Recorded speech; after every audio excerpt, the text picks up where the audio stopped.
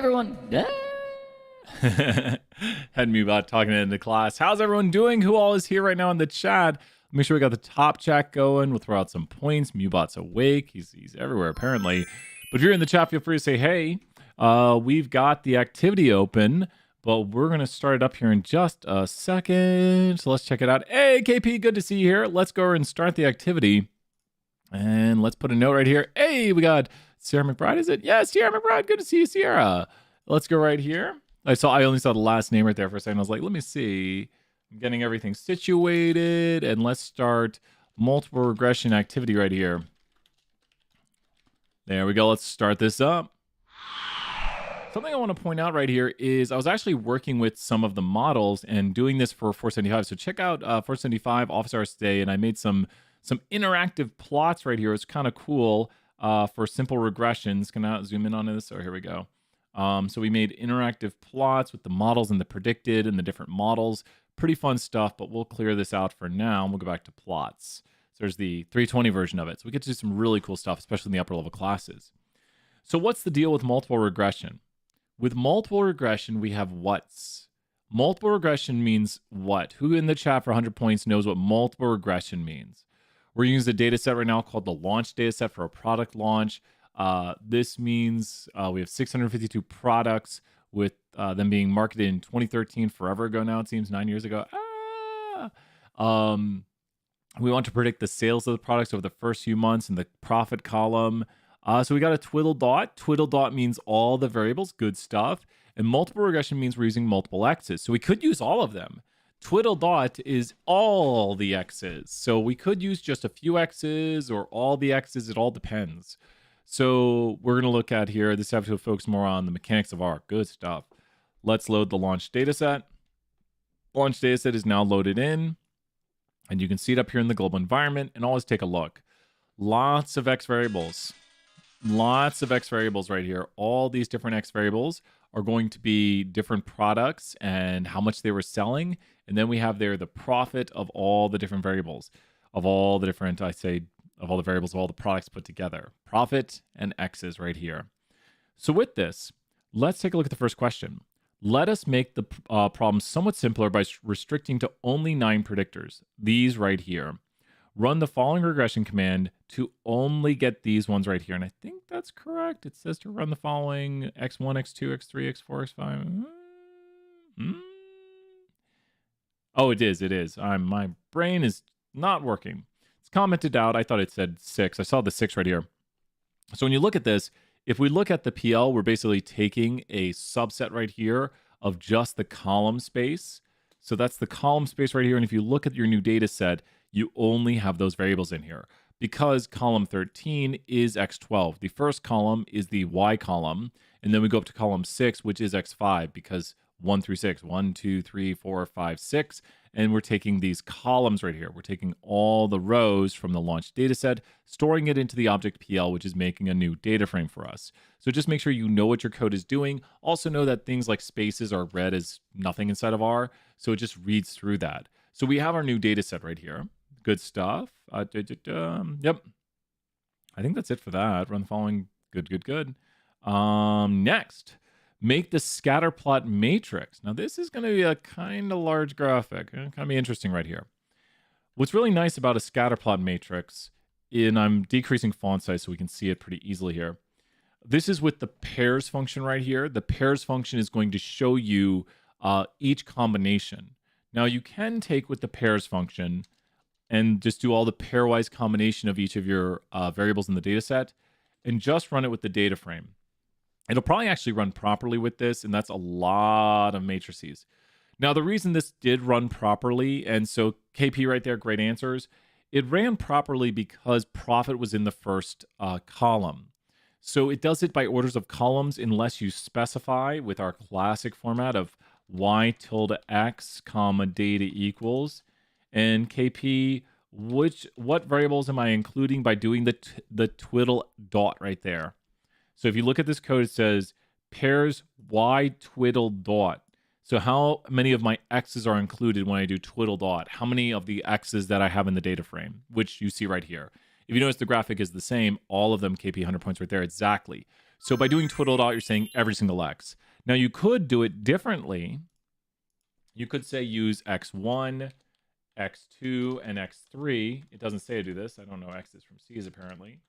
You could do it this way and take a look at this now. Now we have a smaller version. Does it make sense here that now I'm just looking at the relationship with profit to X1, profit to X2, profit to X3.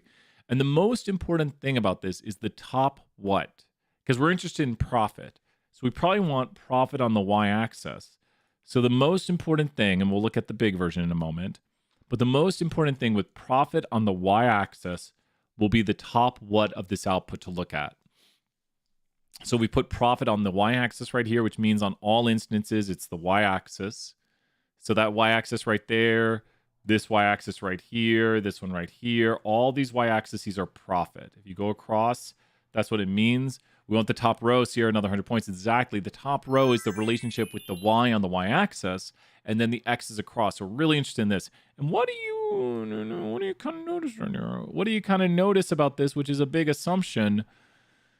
What do you kind of notice about that plot? Do other ones have it? Let me take a look at the other ones. That one should put X4 on that too.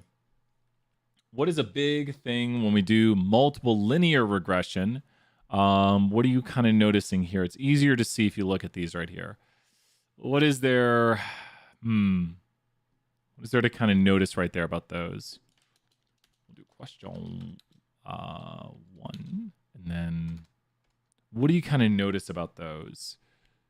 What do you notice about those? We probably did this at 6:55 or so. Question 2. What do you notice about those? It looks to me like there is a what relationship, especially with X4. I'm blocking it right there. Especially with X4 and profit, you just trace up. They're not linear here exactly. There's a problem with this plot. The profit variable, our y variable of interest, does not really have a good linear. There's non-linearity. And when you do multiple linear regression, you want your x's to have linear relationships with the y. Name one of the predictors that looks to have a strong relationship. Well, I mean, X4 kind of does. Let's look at this back here. Yeah, X4 and X3. So I'd say X4 and X3. Those have the strongest with the profit because you can see right here, or is that that's 2? I can't count. X4 and X2. So there's X2. And there's X4 right there. The other ones look to be way weaker. So no, that's good. Name one of the predictors that looks to have a weak non-existent. Oh, X1, definitely. Do you see another weak non-existent? What other weak non-existent ones do you see on here with profit? Like what's another really weak non-existent?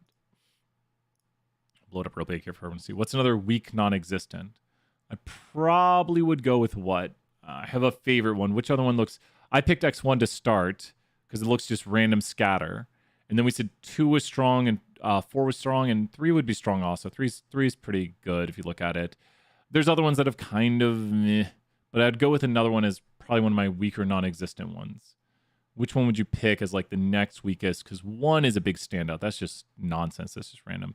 X8, I like X8. Great answers, KP right there. I like X8. I like X9 as weak non-existent. So X8 and X9 are pretty weak non-existent. So there's some weaker relationship here. There's some stronger. But I want to show you something really cool and really fast. Watch this. I think if we go to library, and you have to download this one, ggally. And if we go to ggpairs, I showed this in class. And if we do PL, we should get it.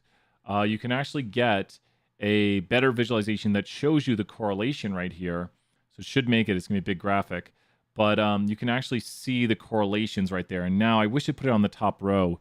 But the weakest relationship is X12. It looks to be X12 is the weakest out of all of them. There's only a lot of them are statistically significant. That's what the stars mean. Unfortunately, it didn't put. There might be a way to inverse it, like inverse or something on the GG pairs. But I wish it put the graphics over here. And then it put, because right now you're looking at this is this, but I always like this graphic. It's pretty neat. And you can get the correlations with this. So you can actually see that the correlation for X3 and profit is going to be 0.6, which is a very strong positive. Same thing with X4 and profit, very strong positive correlation. So that is the GG pairs, and all you have to do is input the data frame, and it'll do it for you. So pretty neat output. And don't worry, you only have to know the pairs function, not the GG pairs function. So very similar output when you look at them, but you just get the correlation values instead in the corners, which I think is pretty nice. Okay.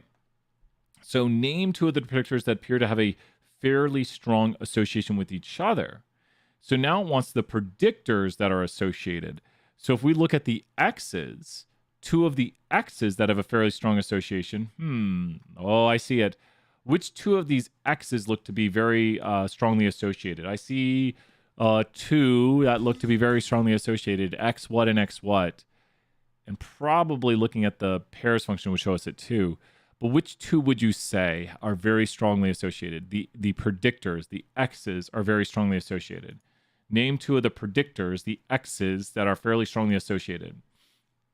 What combo of predictors have a strong association with each other? I see two that are very strong. What do people think? Two of the predictors, two of the X's that are, yep, X2, X3. That's great. And if we look at our pairs, we can actually get the value of correlation between them. That's what's cool about the GG pairs. I think it's loading through all the graphics. So right there, oh, really? Invalid plot, sure.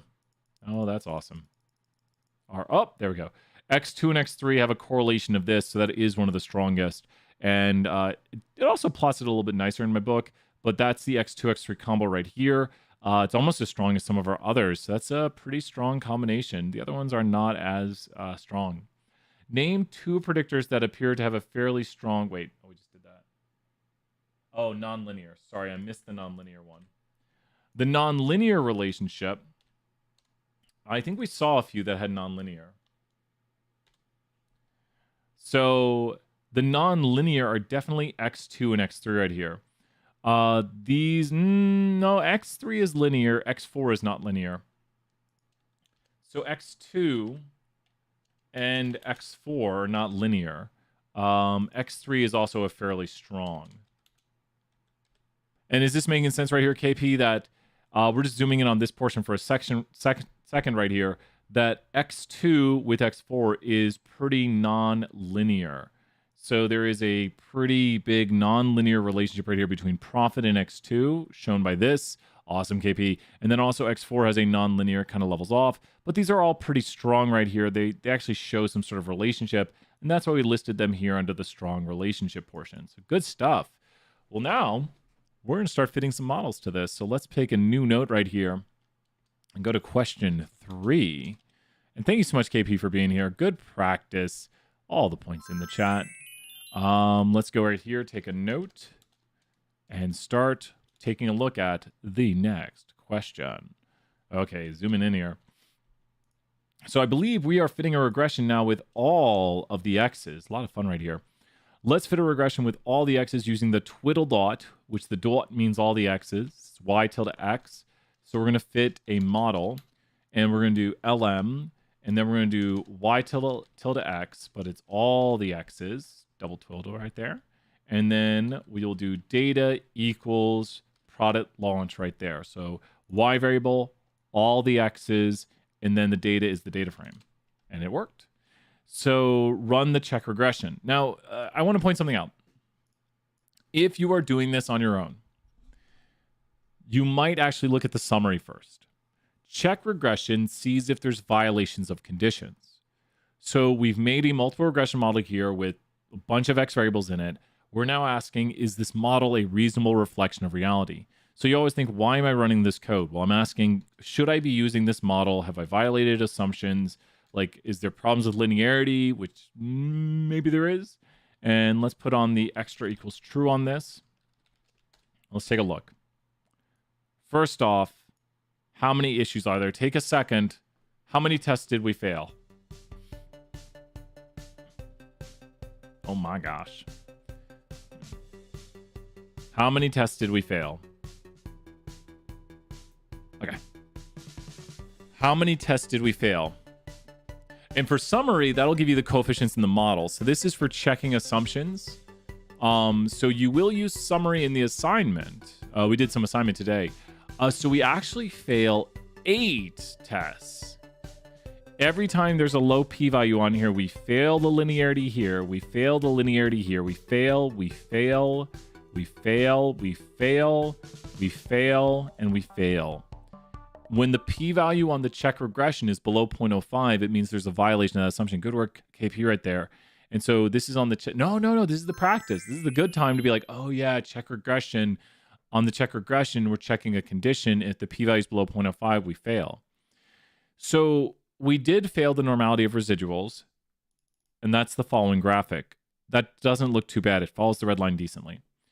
We did fail the equal spread. I don't know. I don't like it, but it's not the worst.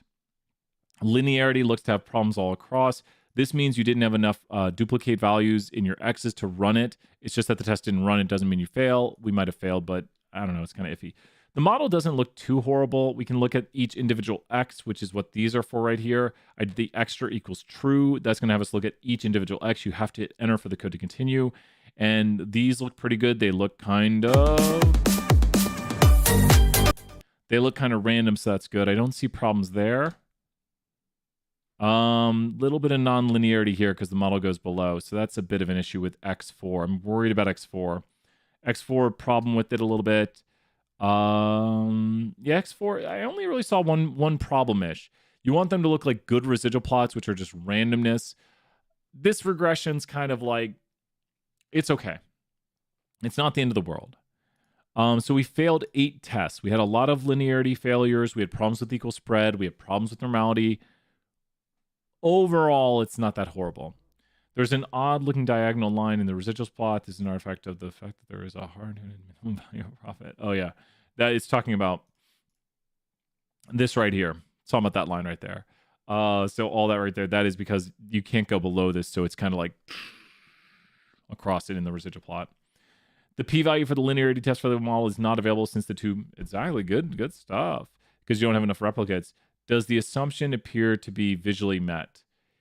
Kind of. I'd say yes. Kinda. For the most part. Not quite sure what I'm seeing here, but it looks cool. Oh, Brandon, good to see you. Ask questions if you got it. Are you 201? If you are, I mean, asking a question. If you're 320, ask questions too. For the most part, the line goes through the data.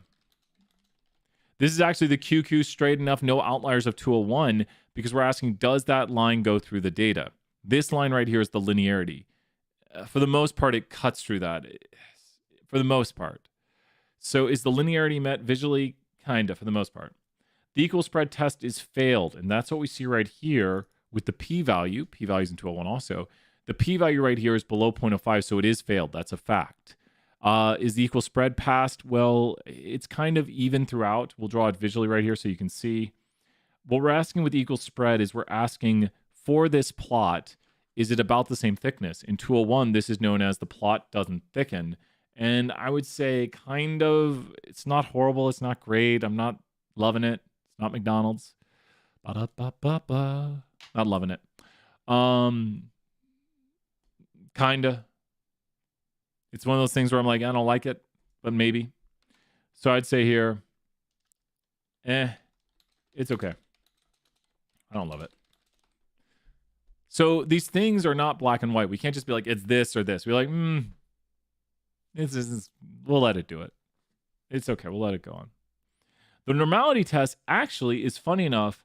What do you think about the normality of residuals? This one is interesting. When is the normality of residuals good? So the question in the chat right now for 100 points is, when do we have a good normality of residuals? When would we say the normality of residuals is good? When would we look at that and say it's good? So when would the normality of residuals be good? So we did fail it. Good to see you here, Mitzi. We did fail the normality of residuals. And when would it be good? When the points follow the line. And for the most part, we do have some outliers-ish up here.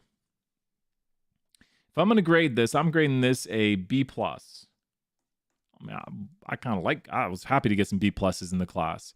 100 points right there. Sierra, I would say this is pretty good.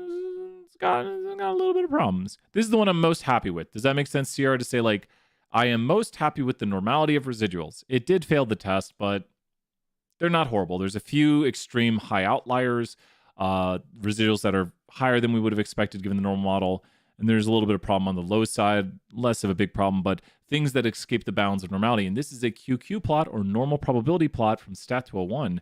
So if you are from Stat 201 and you're seeing this, a lot of these concepts of normal probability plots are used, or histograms or scatter plots are used throughout all the disciplines. So it's good. I actually like this. So overall, this test turned out, or this model is kind of okay. Kind of okay. Linearity for each of the predictors. Now you notice we have the extra equals true on right here. Are there obvious nonlinearity in these plots? So we're doing the same thing right here, but for each plot. And take a look on the screen as you see. I'll show you the extra equals true right here again. So this is still, this is question 3. Let me put a note. So this is still, wasn't that question 3? It's still question 3. So linearity for each of the plots is going to be x1, x2, x3. All of these look great. This is what you want to see with the linearity of the plot. We're looking at this one right here, and that one actually passes. This one fails, and I guess it's because of this bend here at the start. If you notice, it kind of bends like this. This one is one we're looking at now, and it kind of bends a little. Apparently it fails, but that's all right. This one passes amazingly. Our high p-value means it passes. This one's excellent. Over here, we get to some more failures. Number 4, I'm most concerned about this bend right here. Maybe a little bit of a bend issue. That might have a little bend upwards. Number 4 is the one I'm most concerned about so far. A little bit of a bend on number 7 right here. You see the bend upwards. And number 8, decent. Number 9 comes close to passing but doesn't. And number 12 does pass. That's just an extreme point on the X value. It's not actually the model bending. If you remove that, it might not look bendy.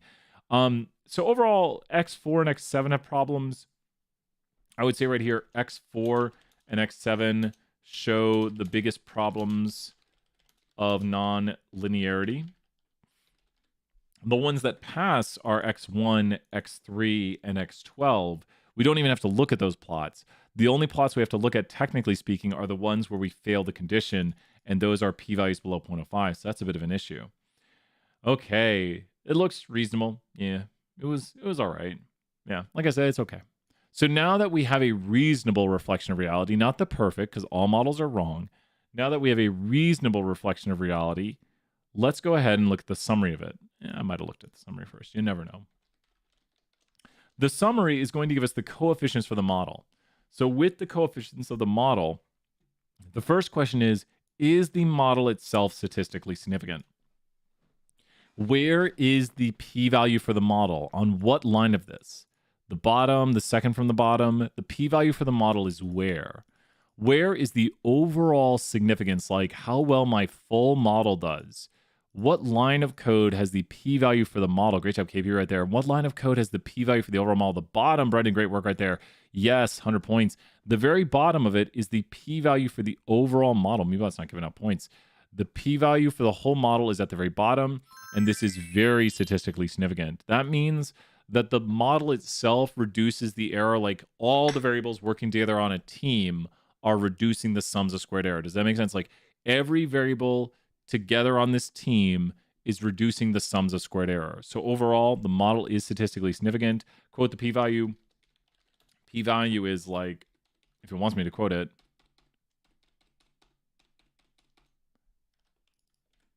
oh, it's 0.22. That's the p-value. Quote it.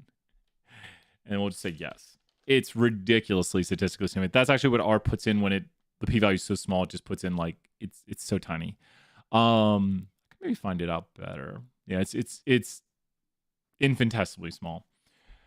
So next question, which predictors are significant in the multiple regression? So we have to look at the actual predictors in the model. And frankly, we could just say all but what? What predictors are not significant in this model? And when we say predictors, we're not talking about the intercept, even though the intercept is statistically significant. What X is, and I want to say something right here. If an X is significant in the multiple regression, that means the X brings with it new information not accounted for by the other X's in the model. So which variables are not statistically significant right here? Which variables are not statistically significant? 7, 9, and 12, that is correct. So KP, here's the really confusing thing, and I want to do like not a big advanced concept right now, but I want everyone to see this. And great job, KP, right there.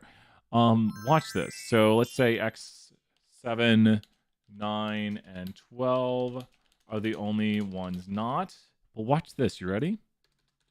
Let me add in a new model right here where we'll just call this random model. And we will make a model predicting profit from X11, X12. This is where people often get confused.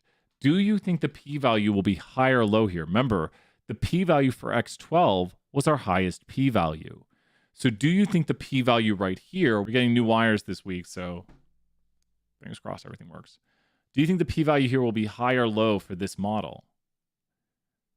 I'm hoping it is what I want it to be, because I'm going to try to do an example right here. I think it will be low also, and I'll explain why. So this is, let's call it m.x12 for the m.x12 model, and let's do a summary of this model and m.x12. So if you notice, oh, it's still high. X12 is just a bad variable by itself. Let me grab another one like X7 and see if X7 does any better by itself. And what we're doing is we're making a simple model with a variable by itself. And now look, X7 is very significant by itself. So think about this though. If you know if something is significant in the multiple world, so this is a multiple model. Does that make sense, Sierra and KP? This is a multiple model where all the variables are working together. These are what models that I made down here. What kind of models do I have on the screen right now? Not multiple models anymore. These are not multiple models. What kind of models do I have on the screen right now? These are not multiple models. These are what models? These are simple models, right? These are simple, single variable models. So Rock knows the answer. Something being significant in the multiple world, what? It doesn't matter. It doesn't matter for the simple world. The simple world is its own thing. It's like, let me ask you this. Would it be an amazing party if I just brought napkins to your party? I'm the only person who shows up to the party and say, here's a bunch of napkins. How would you feel? Would you be like, Brian, we need some food here. We've got a party going on and we need some food. We got all these things. You have just brought napkins to the party. Brian, you brought napkins. Dude, what? Come on, man. This is the simple world, right? But what about, exactly, I think, Brendan, you're seeing where this is going. What about if we go to a multiple world, where in the multiple world, people bring pizza and let's say chips and dip and soda and let's say here, I don't know, candy, all this good stuff right here. Best party ever now. Would now napkins be significant in this world? Would napkins be significant in this world? Would napkins be like, oh, thank you for bringing napkins to our party? Like I'm saying, hey, I brought all the napkins you asked for. You're like, oh, dude, thank you. We asked you to bring that. And in the multiple world with all these other things here, that's actually important. So tell me, napkins is a part of this party now, right? Where by itself, it wasn't a cool party. But what about if I told you, I am bringing right now for you Hard Knocks pizza?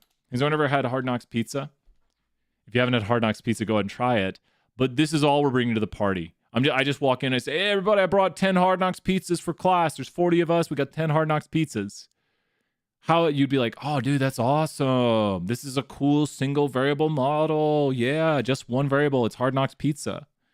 So with this model right here, that's awesome. But what about if we said Little Caesars? Now, no shade against Little Caesars. Did I spell it? No, apparently not. I can't even spell it. So what do I know? If we said Little Caesars right here, sure. It's a new place called Little Caesars. Try some Hard Knocks. Really good stuff right there. Stuck on Bren's. So now what's going to happen to the significance of Little Caesars with Hard Knocks here? Little Caesars by itself, not how you spell it anyways. Little Caesars by itself might be good, but if you had both of these in the model as options, people might start doing what? So think about how if these are the two variables in the model, which one of these might be the better variable? Or for Brendan right here, imagine you go to a party, Brendan, and there's Bren's Pizza, which is some pretty good stuff. I do agree. You go to Bren's, exactly, and if we change it to Bren's right here, if you go to a party and there's Bren's Pizza or Little Caesars Pizza, you're like, dude, and there's like 5 different Bren's. They got a bunch of different Bren's pizzas. You're like, oh, I'm trying this one. I haven't had that one. I'm getting a slice of that. I can eat Little Caesars any day. But because both these variables are in the multiple model, Bren's is still significant because it's super awesome. And Little Caesars, no shade against Little Caesars, is no longer significant. But if Little Caesars was by itself, would you eat Little Caesars pizza by itself, Brendan? Hopefully you're not as fancy as ever. I don't know. I'd eat some Little Caesars. It's all right. It's pizza. It's good, especially a hot and ready pizza. It's all right. I think all of us would probably just eat a Little Caesars, right? But as soon as it goes into a multiple world, it becomes less significant. So think about this. Pizza's pizza. So what we're talking about right here is in the multiple world, these variables need to do something the other variables are not doing. The reason X7 is not significant is because it didn't bring with it new things to the party. Does that make sense? By itself, it's like the Little Caesar pizza. X7 is the Little Caesars pizza at the party with a bunch of other better options. So by itself, it's cool. It's the Little Caesars pizza. You're like, hey, I'll eat it. It's pizza. But then when you go to the party and there's a bunch of other pizza options, all of a sudden now X7 is not significant. Does that analogy make sense to say, well, X7 just really isn't doing much right now. The other variables are doing much better stuff. They're bringing new information. They're doing more work. They're reducing the sums of squares in a significant way that X7 is not doing. Now, X12 is an interesting scenario because X12 is not significant at the party. It's like your friend brought a bag of dirt and you're like, hey, we're having a party here. We need food. And he's like, here's a bag of dirt. And you're like, okay. And you're like, that didn't help our party. So then your friend comes over and it's just you and your friend. Your friend's like, hey, I brought that bag of dirt again. And you're like, you're the weirdest friend ever. It's Brian Stevens. You're like, even by yourself, you're not significant. If you bring a bag of dirt and you're the only one at my party, I don't need you at my party. You're not significant. If you bring a bag of dirt and we're with a bunch of friends, guess what? You're even less significant. You do even less for me. You're even less significant. So what matters in the multiple world? Repeat this with this short kind of mini lecture for this. What matters in the multiple world? That every X brings with it what? Which these ones are doing excellent jobs at. What did you hear me say the phrase something new what? Each X in the multiple world needs to bring new this that the other X's are not accounting for because they need to do something new, and we call it new what that they're bringing to the model, which is a reduction in the sums of squares in a significant way. Like mathematically, they reduce the sums of squares, but they're bringing with them new. Did anyone catch that word I said? I'll repeat it if people need to. But I said they have to bring with them new this in the multiple world that the other X's are not accounting for to be significant in the multiple world. And that's the key thing we have to know about the multiple world. Do anyone hear it? I'll give it like 10 more seconds. It means that this X in the multiple world does something new. It brings with it new information, new variation explained. And the key term is there, new information. It explains the variation of the Y in a significant way after accounting for the other variables in the model. So it does something the other variables are not. New information is explained. So what patterns are not? Oh, the other ones. Yeah, these. There we go. Oh man, so much pizza. What is the value of R squared? And what's the value of R squared adjusted? Nice and easy. R squared and R squared adjusted are just in the regular output. I think we just still have it as our summary. So R squared is right here. And let's talk about R squared adjusted for a second. It's pretty good R squared adjusted. So what is R squared adjusted? We're still on the main screen. R squared adjusted. So R squared adjusted. R squared adjusted, so on multiple regression, it's like parts of a pie where they all add up. They're all trying to fight together to eat the pie. So it's kind of like you put a pie on the table and you say, I need this pie eaten now. Like, because it's variation trying to be explained. Like, and then someone comes in and eats 60% of the pie. You're like, man, you ate a lot of that pie. And then someone comes in and eats 1%. And you're like, you didn't eat much of the pie. And they're like, well, they ate the pie I was going to eat. And you're like, well, I guess by yourself you'd be great. But in this team pie eating contest thing, you're not doing it. Does that make sense, Brendan? To kind of Brendan's kind of idea right there. It's like you're in a team pie eating contest and you've got contestants right here. And contestant number 1 comes in and eats all of this pie right here. But contestant 2 says, well, I was going to eat a lot of that they were going to eat. I was going to eat this portion of the pie. And you're like, well, so wait, you're only going to eat this? And they're like, yeah, because I I was going to eat what they were going to eat. That's the variation I was going to explain. And you're like, well, then you're not really doing anything new. You're not adding to what we're trying to do, which is explain 100% of the variation, or in this example, eat 100% of the pie. So we'll talk about the concept of multicollinearity, which is the mathematical term for when the variables overlap. The multicollinearity right here is visually speaking. Yes, no, good examples, Brendan. The multicollinearity is and that's more of a collinear, the overlap between what your x's do. You want your x's to do different things. A very good x in this model would be something like x3, which might eat like this portion of the pie, and maybe x4 is eating this portion of the pie right here, and explained. So there's only overlap between x1 and x2 in the variation that they explain, and then we maybe explain 70% of the variation, which is r squared. R squared is the percent of variation explained, which in this example is the amount of pie we eat. So the x's are working together to explain the variation, and it's still just 70% of the variation in profit is explained by the multiple regression. You can just say all the x's, the multiple regressions. We usually don't list them out. Now, when it comes to r squared adjusted is a slightly different concept. R squared adjusted has some key things to know. One, it's always teaching to the test. It's always less than r squared. What's the smallest value of r squared really quick? R squared adjusted is always less than r squared, except for the one instance when r squared is 1. I think we can fairly say it's always, because r squared shouldn't be 1. R squared adjusted is always less than r squared star, except in instances. Smallest r squared is 0, correct, 0. So since the smallest r squared is 0, r squared adjusted can be what? Thus, r squared adjusted can be negative. R squared adjusted can be negative because the smallest r squared is 0. Great job, KP, right there. So r squared adjusted can be negative.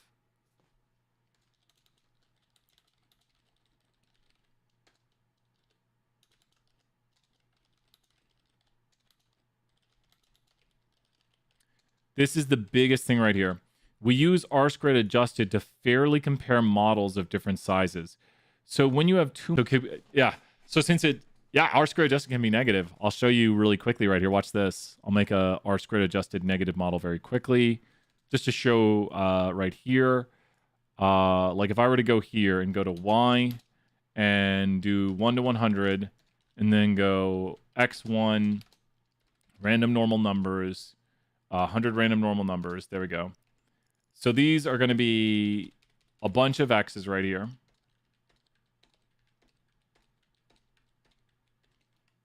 And with all these x's, 9 x's, and we're just making a multiple regression model without a data frame. So it's going to be y tilde, and then x1 plus x's, random x's.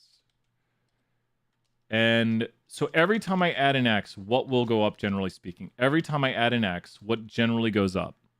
Hey, what's up, Kayla? Good to see you here. Every time I add an x, what would go up? Every time I add... Ooh, really? Wow, that was random. Every time I add an x, what will go up? There we go. Now I got the concept. Never know what's going to happen via randomness. Every time I add an x, what would go up here? If I were to start off here and just add in x's, what would happen every time I add an x?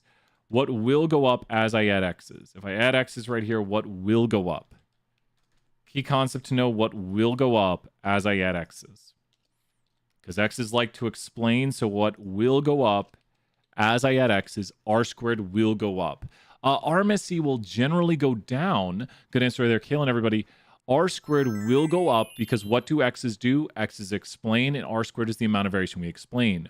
RMSE actually has a correction for this too. More on RMSE in a moment. But the reason we use r squared adjusted is because r squared adjusted could be simply written conceptually as this. R squared, let me write here. R squared adjusted equals to r squared minus a penalty term.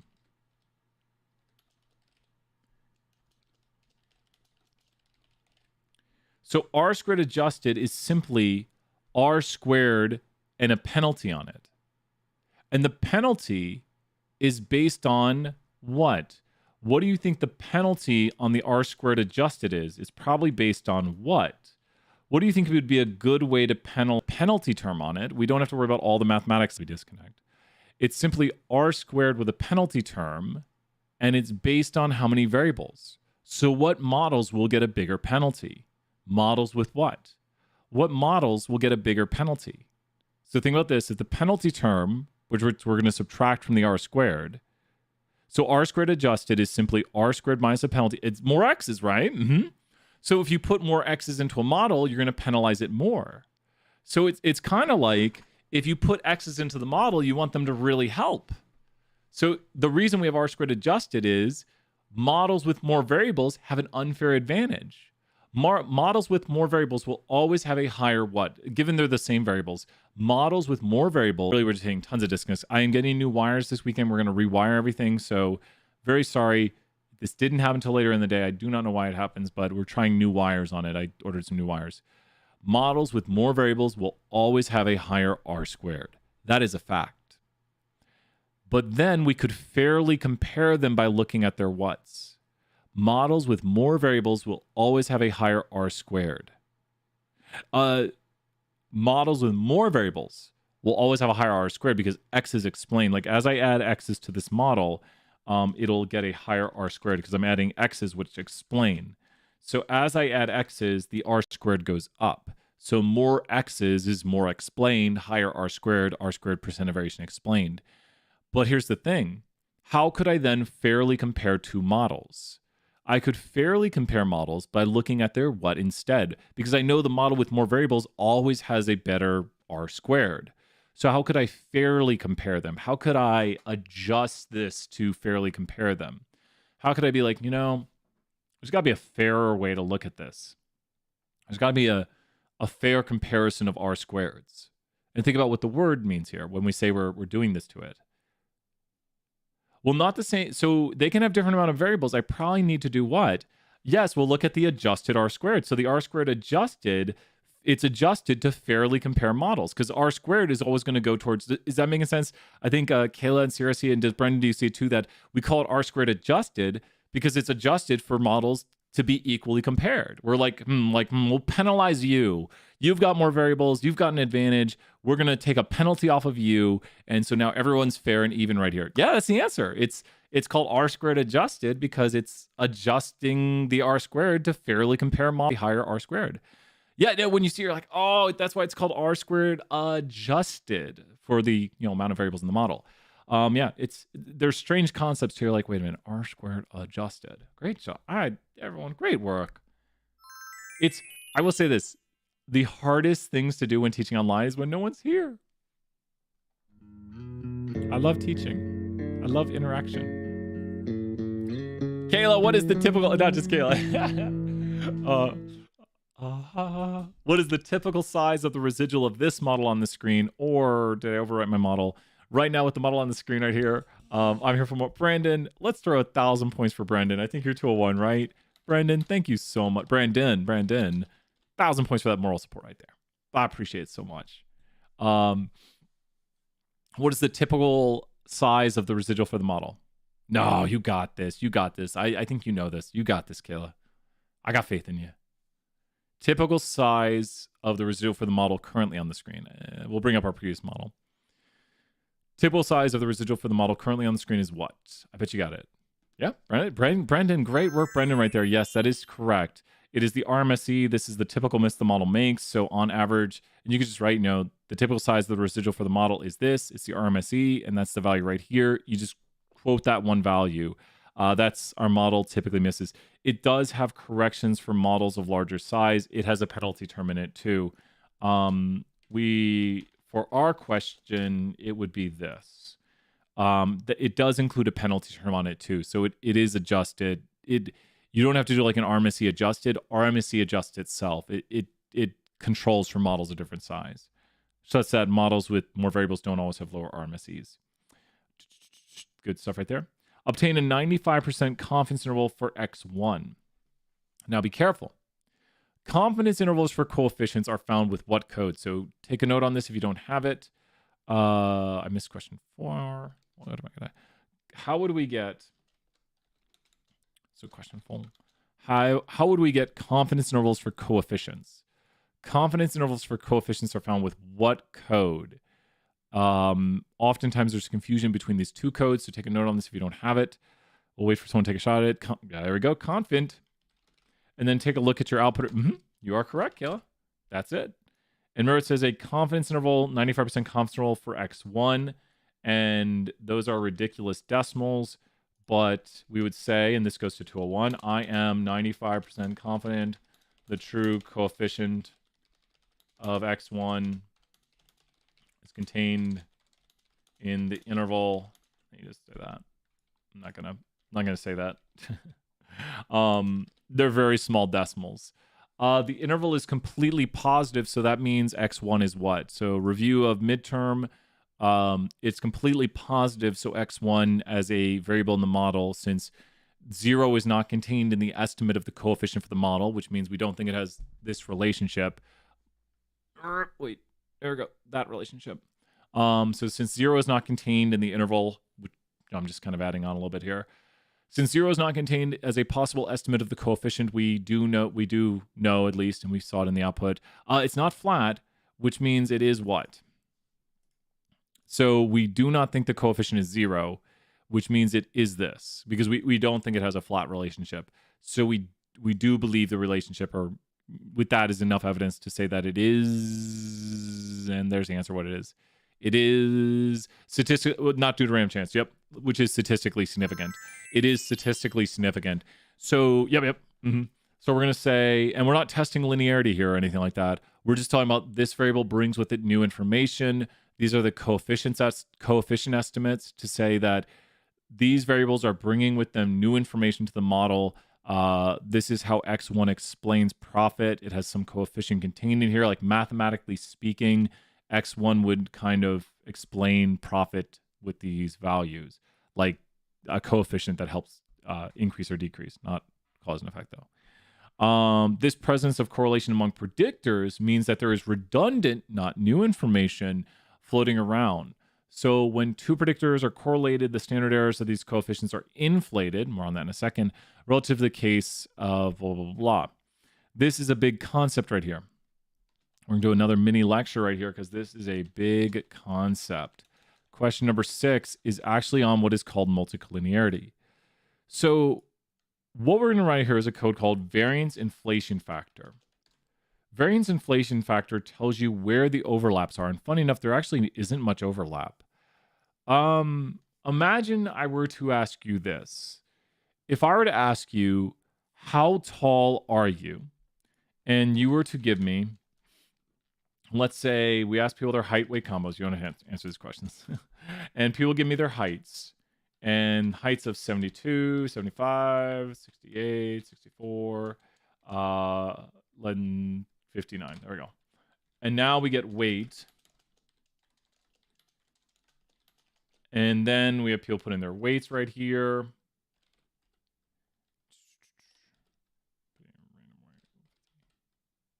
There we go. And now we'll go 241 up. Okay. Now we go here to height in feet. Let's hear it. We go here to height in feet, and the height in feet for this person is 6 feet tall, and the height in feet for this person is about 6.3. I'm estimating. This person is that's correct, 5.6 or so, 5.6. That's 5.4 or so, and that's 5.7. Now, which of these variables basically overlap? We could have gotten people's GPA also. Let's get GPA. 1, 2, 3, 4, 5. Which of these variables overlap in the variation? So the Y variable of interest is going to be somebody's weight, and then we'll use these as X's. Which of these variables overlap right here? Think about which of these overlap. Which of these variables overlap right here? Height, in both heights right there. It's like, well, why did you double ask a question. So both heights are overlapping as x's. And we should see, hopefully this example works. I'm kind of just doing a bunch of random. So there's height in feet plus height in inches plus GPA. I think I have enough to just barely get the model. And let's take a look at what's going on right here. If we've done it properly, the variance inflation is, yeah, it's a little bit there. It's a little bit there. It's actually showing up a little bit. Should have put in a little more variables right here. But variance inflation, variance is standard error squared. So when you think about standard error squared, standard error in your model is your what for an estimate of a coefficient. Here's the standard error, and this is your what for the estimate of a coefficient. The standard error is your what for the estimate of a coefficient. The standard error is your what for the estimate of a coefficient. Not quite the RMSE. So the RMSE is down here. This is the RMSE the typical miss the model makes. RMSE is a root mean squared error. And anytime you say standard error, it just means uncertainty. It's like, well, it's how much I don't, like, maybe this is a coefficient of 30, but has a coefficient of, we could be off by about 24 in the, no, that's, uncertainty is exactly right, Kale, 100 points. Uncertainty is what we call it. So variance is just standard error squared. If you take standard error and you square it, you get variance. So variance is just what squared. So think about this. If standard error squared is variance, then variance is just another measure of your what in your variable. Variance is just uncertainty, right? So it's just uncertainty squared, right? It's just uncertainty in squared units. So it's the squared units of your uncertainty. So it's still just uncertainty. If I told you I was going to take your variance and inflate it by a certain factor, variance inflation factor, does this sound good or bad? Remember, variance is uncertainty, and I'm going to inflate your uncertainty by a factor, like a factor mathematical increase. I'm going to inflate your uncertainty. This sounds bad. Like you're saying, wait, you're going to give me more uncertainty? Please don't inflate my uncertainty. So what values of variance inflation would we like? Values of variance inflation that are close to what? Now, you can't deflate it. Whatever exists, exists. So conceptually go with me here. Whatever variance you have, you can't deflate. You can't go from, now 0 would be great to have none at all, but you can't deflate. So you can't deflate your uncertainty. You either have one uncertainty you had or it'll be inflated. So the lowest variance inflation can go is what? The very lowest variance inflation you can see is what? The very lowest variance inflation you would see is what? The very possible lowest, because it can't go down. It can only stay what it was or go up, be inflated by a factor. So what is the, not 0.01. So think about it, because you're one. One is the lowest possible variance inflation, because that would mean it didn't get inflated. Does that make sense? It can either get inflated or not get inflated. And so this is by how much you're inflating it. This is a 1.5 times to variance inflation. Your variance has been inflated by 1.5 times. Does that make sense? Does that make sense? Like your variance. Kenneth, good to see you. Is there a video showing up on the channel that helps us along? Yeah, we did that during office hours today. Check out office hours today. Look through and you'll see it. I'll post the timestamps a little bit later. And Monday and the start of class on Monday too. Good question, Kenneth. So your variance can only be inflated by 1 or higher. And 1 means it wasn't inflated at all. And when do we see variance inflation? When the x's do what? And this is the term multicollinearity. When the x's do what? Take the note on this. We see variance inflation when the x's bring what information to the model. Variance inflation is when x's bring what they overlap and what they bring to the model. So Brendan, you have a bunch of friends who are talking about coming to your party. Let's go to the party sheet right here. You have a bunch of friends who are talking about coming to your party, and at your party, they're saying they're going to bring all these things right here. You've got Domino's, you've got Pizza Hut, you've got, what else is there? I can't even think of another pizza place. Oh, Papa John's, Papa in the House. You got Papa John's right here. You got all these things right here. You got Little Caesars. So when it comes to this right here, I mean some... Oh, yeah, we'll be doing it tomorrow, Rhea. A good question right there. Swing by. We'll put it in the chat. You got it. Thank you so much, Brendan. Brendan, 100 points, Brendan. So with all this right here, which friends are you confused about bringing to your party? I mean, like, you want to bring all your friends, but which friends kind of overlap in what they're doing? Which friends overlap in what they're doing? Like, you got generic pizza. Let's say it's Totino's. I mean, that's some good stuff, but Totino's pizza. All the pizza friends. You're like, okay, and these are like your X1.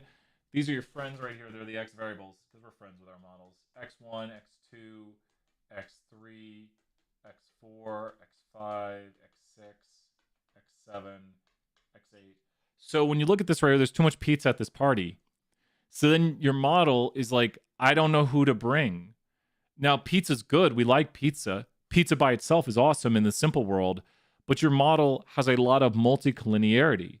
So your model is going to become more uncertain with these right here, and it'll start to inflate the what. Now, it is true, unless it's a pizza. Yeah, maybe you need that. Maybe you're covering the variation of pizza. Exactly. Oh, well, I guess new X's. You want unique X's. I don't know how to go with that analogy. So you want your things to bring new information, and your model starts to become more uncertain, and it will start to inflate the variance, which is just your uncertainty. And what's the problem with this? If we inflate the uncertainty, then we actually get less significant because it'll make the confidence intervals wider. It makes our variables less significant because the model's like, I don't know. It makes it confused. It gives more uncertainty. It's not necessarily wrong. It makes it less less certain about what we have. It's like, I have this and this. Which one do I use? Why are you giving me these two things? Why don't you give me new information? Why don't you give me new X's that are different from each other? Mathematically, it doesn't know what to do when we give it redundant information. And how is this better? Yes, it doesn't help us, brings us further. It's going to make us confused. So the redundancy brings confusion. And how do we measure multicollinearity? Tell me, how do we measure multicollinearity? And I got one last big topic on this. How do we measure multicollinearity with what? What is it called? The term by which we measure multicollinearity. Take a huge note on this. The term by which we measure multicollinearity is known as the what? How do we measure multicollinearity? We measure multicollinearity with what? How do we measure multicollinearity? We measure multicollinearity with what? Multicollinearity is measured, so it's on the screen here. We can measure the amount of multicollinearity in our model, shared variation of the x's, the ways in which they overlap with the what? With the variance inflation factor, VIF. Trace, great. Trace, wait, Trace, are you current? I haven't seen Trace in a while. Trace is right. Variance inflation factor. The way in which we measure the overlap is the variance inflation factor. The variance inflation factor. So how is variance inflation factor calculated? This is where things are getting a little bit wacky right here, a little bit crazy. It is Wacky Wednesdays right here, so we got to do it.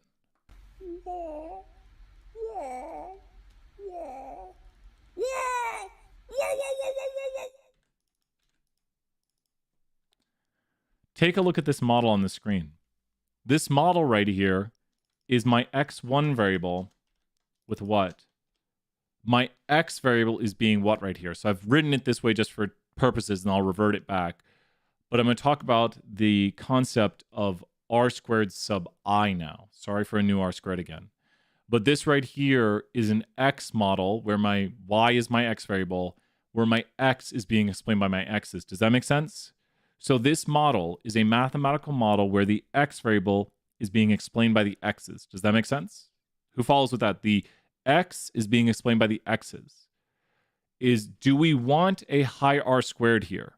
I'm going to have my x, which is height in feet, explained by the other x's. Do I want a high r squared here? Because I'm going to see if my x, one of my x's, is explained by my other x's. Do I want a high r squared here? Because I'm going to see if one of my x's. No, we don't. Because this would mean that they overlap. Does that make sense? Like, we're saying, is this x, which is one of the things we're using to explain, explained by the other x's, which means that they would overlap in what they do. So let's make this model and let's look at its r squared. This r squared right here means that 57% of the variation in my x is what? Finish this sentence. 57% of the variation in this x is what? And this is not a good thing, because this is an r squared sub I model of the first x. That's what I stands for. The first x is a placeholder. 57% of the variation in this x variable is what? So finish the sentence. 57% of the variation in height in feet is explained by the other x's, which is bad, Kayla, 100 points. This is not good. So explained, great job, KP, right there. It's explained by those other x's. We don't want our x's to overlap in what they do. We'd like this to be 0 because that means they don't have any shared variation, that they're doing different things. So the way r squared sub I is calculated is 1 over 1 minus r squared. And that value right there is how variance inflation is calculated. It did it a little more decimal place accurate, but it actually makes a model for each of your x's being explained by the other x's. And that's what you're seeing right here, is it made a model with each x explained by the other x's, and then did 1 over 1 minus r squared of the r squared sub I. So variance inflation is, so VIF is equal to this formula. That is a formula you should probably know. So what would you like your r squared sub I to be value-wise? And I think this will make sense right here. That's not an r squared adjusted. What do you want your r squared sub I to be? So think about this conceptually. What do you want your r squared sub I to be conceptually? Conceptually speaking, you'd like your r squared sub I to be what? Like a good, no shared variation. I would know this one. Yeah, 1 over 1 minus r squared, 1 over 1 minus r squared sub I. I would know this one. I'd have this one written down. What would you like that to be? What would you like your r squared to be? 0. R squared sub I. I'm going to do an r squared sub I. You'd like this to be 0. And so then what does this solve out to if it's 0? It's just 1 over 1. So what is the best VIF to obtain? The best VIF to obtain would be what? Because if there's no shared variation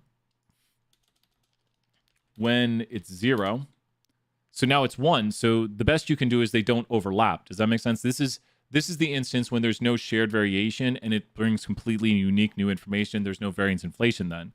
But the really bad scenarios is when r squared sub I approaches what?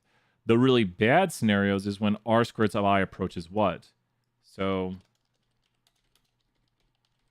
you don't want your r squared sub I to approach what? Which is the amount of variation explained in your x by the other x's. You don't want it to approach what? It's really bad when it approaches this. You're like, ooh, that means there's a lot of shared variation. We don't want it to approach this.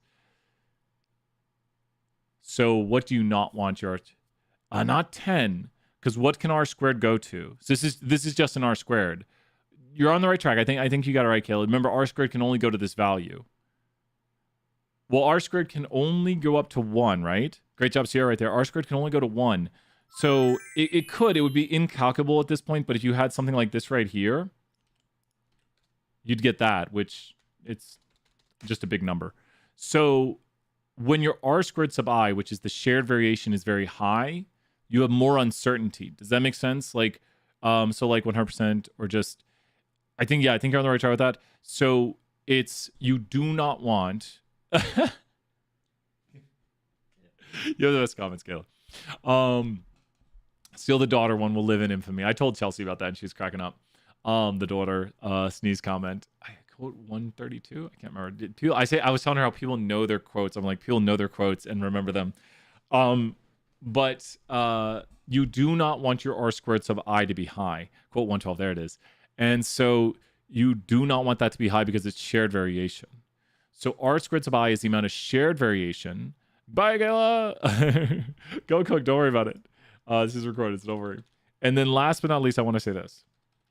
When you have a model, let's run our model. I've got too many models.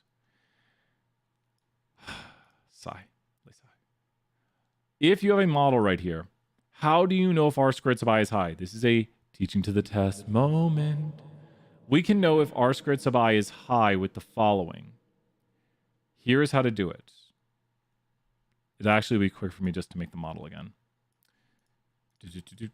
To find out if r squared sub I is high, make your model. So here's the steps. Make your model. And with your model, take your R squared value. These are the steps. Let me put a note in this video. How to know if I have a high R squared sub I. And 30. High VIF rather. Find out why. High VIF standard. We're going to take this value right here for the R squared to see if we have a high variance inflation factor. And we're going to use the R squared of the model, of the Y variable model, to see at what point we think we would have a high VIF. So we're going to do 1 over 1 minus the R squared of the model and say this is our standard for a high VIF. Does that make sense, Brendan and everybody? The standard by which a high VIF for this model, a model-dependent high VIF, because our model has an R squared of this, then we use the VIF R squared formula to check for our model what a high VIF would be. Models that explain a lot of variation will often have higher overlaps, so we allow for higher VIFs for models that have more overlap. So this model has a standard of 3.35 for high VIF. Does that make sense right there? That is my standard. If a VIF is higher than that, there's too much overlap between the X's. And I took the R squared of the model, the Y variable model. This is the Y variable model. And I used the R squared of it right here in the VIF formula to find out a model-dependent, when is the VIF too high? And so now I look at my VIFs and I say, are these VIFs too high? So what do people think in the chat? Yes or no? Are these VIFs too high right here? So what are your answers in the chat? Are my VIFs too high? Yes or no? Are these VIFs too high? And the answer should be a resounding what? Don't worry if you get it wrong. What is the answer? Are those VIFs too high right there? Because I made my model-dependent standard by taking the R squared from the model, running it through the VIF formula right there, 1 over 1 minus R squared. I have my model-dependent standard on that line, and Sierra right there, great answer. The answer is no. They're all lower than our standard. Like, it's like if they're higher than this, then they have too much shared variation. Frankly, a lot of them are really good. Like X12, which was kind of, it's just bad. None of them are really showing high overlap, especially by our model-dependent standards. So good stuff. A large VIF literally talks about it right there, and then we talked through the concepts, so it gives you the formula. All that good stuff. Not R squared adjusted. Question number 7. Let's go right here and mark question number 7. Thank you, everyone. Good practice right here. Question number 7. You should have found that X7, X9 were not significant in the regression. Perform the partial F test. Ooh. Using the code below. So really, it gives it to us. Well, let's talk about a partial F here. So here's 2 models. And we need to do a drawing for this because partial F is something I think people usually get confused on. The F test is a test for a variable or our model. Look at the bottom of the screen right here. Is the F test a test for a variable or for a model? When we say an F test, are we using it for a variable or for a model? Here's the variables where you do this over here. Here's the F test. Is the F test for a variable or for a model? So is the F test for a variable or for a model? And then we'll put in the next word for this. The F test, down there at the bottom of the screen, which we answered earlier, is for the what? So the F test is for the what? It's for the full, complete model. That's all the variables telling us that the full model is significant. So when you think about this mathematically, what we're actually doing right here is we are starting at the naive and we are going to our model. And this, great job right there, Brendan, good answers. This is what is called the F test.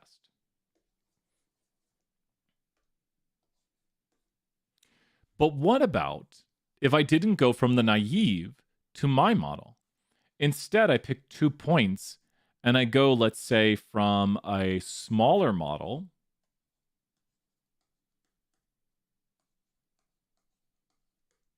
to my model.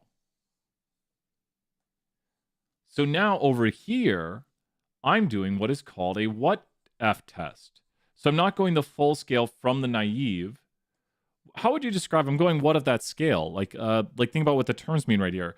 You're not going from the naive, which is a F test, to the model. You're starting with like variables in the model. A smaller model means it's got some X's, like it's got like here like x1 in the model, x2 in the model already. The naive model has no x's. This has no x's.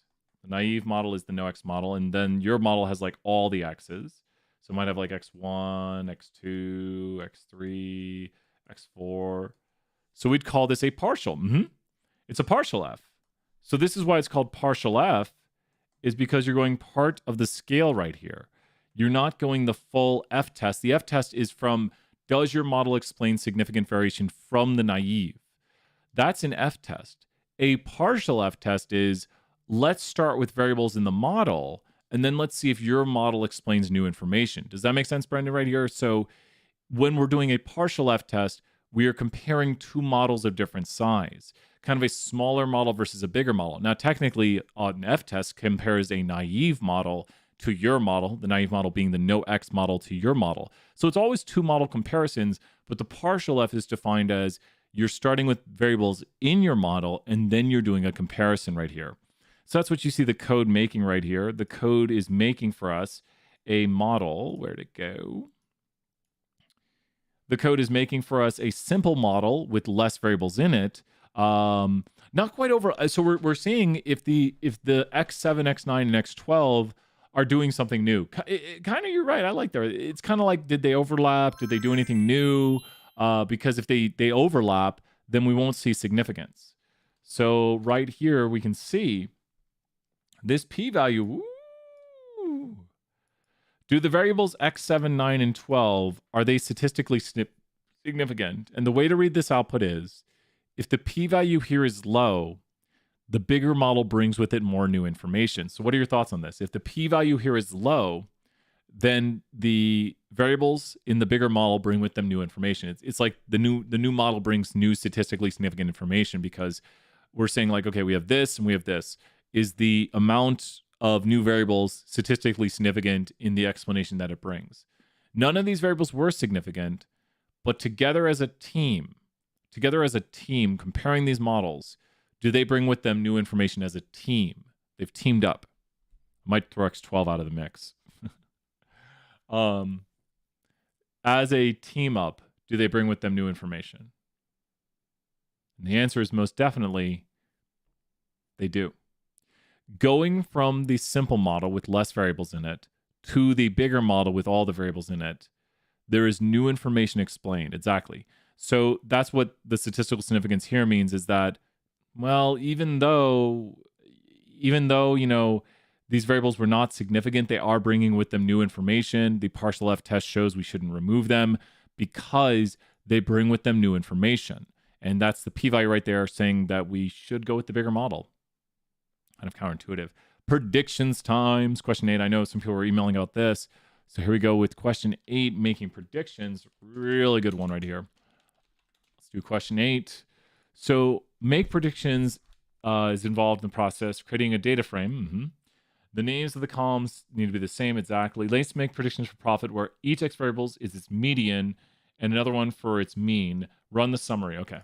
This is going to take a half second right here, but we can do it a lot with copy paste. So we need to go to predict. Oops, really? Computer, don't act weird. To predict data.frame. And we're doing each of the X's. Let me grab the X's right here. And we're going to do each one of these as its own thing. Probably better if I do it this way.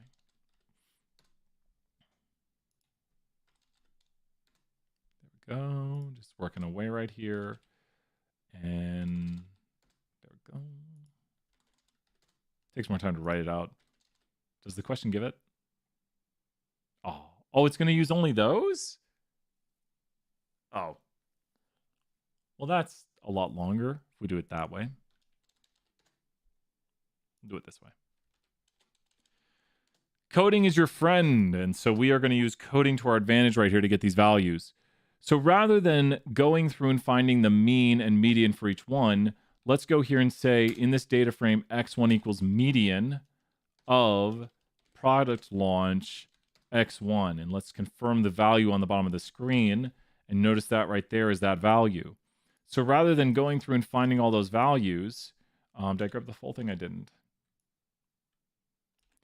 So this is how to code to your advantage. because now I don't have to go find those values. And we'll call this to predict 1. We can just go in and change these. Oh, what did I do? Changing the numbers on me. I'll see what you did there. And now, what am I going to do for my second data frame right here? So, Brendan, what should we do for our second data frame where it wants us to do the mean? So what should we do for our second data frame where it says do one where we predict the median, do another where you predict the mean? Now that we've got this code written right here, we can confirm the code looks accurate. What do you think we should do? And let's see if it looks like this down here. Ooh, wait a minute, what's going on? Oh, it's doing, I see what it's doing. Yes, I'm just doing 2 separate data frames, yeah. You could do it this way. It's doing the value of the median right here. So this is the median for x1. This is the median for x2. This is the median for x5, median for x7. I'm just going to run it twice. And you could do it this way, fill in all these values and get both predictions. I'm just going to create 2 data frames because I don't like copy pasting. I like the code to find the answer for me. Which, well, I guess we could have done it. No, we could have done. What's this? We could have done it. And we need to go concatenate. And just call it to predict. Concatenate. We'll make it look exactly like theirs. Concatenate that. This. And now we're going to get the exact same output. We're doing it as 1 data frame. We're just concatenating the values to get both. And now, it's crazy. Yeah, just we could create the second data frame. We could just do 1 data frame of the x's, and there we go, right there. There's got it. Copy. Oh, it's all the same value right now. You just have to watch to make sure you change the values accurately, or else you'll have an error. Almost got it. Tell me if you see an error because I am prone to them. That's got it. There's the values. And it looks like we're accurate because there's the first 2 values right here. Value, value, value, value. Here's the second values here. Value, value. Here's the 5th values. Value, value. We're all knowers. Nice start right there. Yep. It's so easy to make mistakes though. No, but this is a much quicker, much exact way to get the values. It looks like everything's accurate. So what do you need to make predictions? You need your X's. You must have your X's. It's already got all the code here for you. We're so nice. So there's the predictions. Oh, they called it that. And we have 2 types of intervals right here. So what are these 2 intervals? The 2 intervals right here are a confidence and a prediction interval. We're trying to predict either for an individual product that has these values or for all products on average for these values. The confidence interval is for all products on average that have these values because it's a confidence interval for the mean, where a prediction interval is for one individual, as it says there, individual product that has these values. So I'm 95% confident, and the first thing we did was was it means or medians? I am 95% confident that an individual product that has the value of the medians for all those x's will have a profit contained in the interval 3.6 to 4.79. I am 95% confident that an individual product that has the value of the mean for all the x's will have a profit value contained in the interval 3.7 to 3.8. Not big ranges, but make sure you know that the prediction interval is for an individual, and we're predicting based on all these values of x's that we see right here. Like this is the first product we're predicting, given it has all these values of x's, what would we predict the profit to be?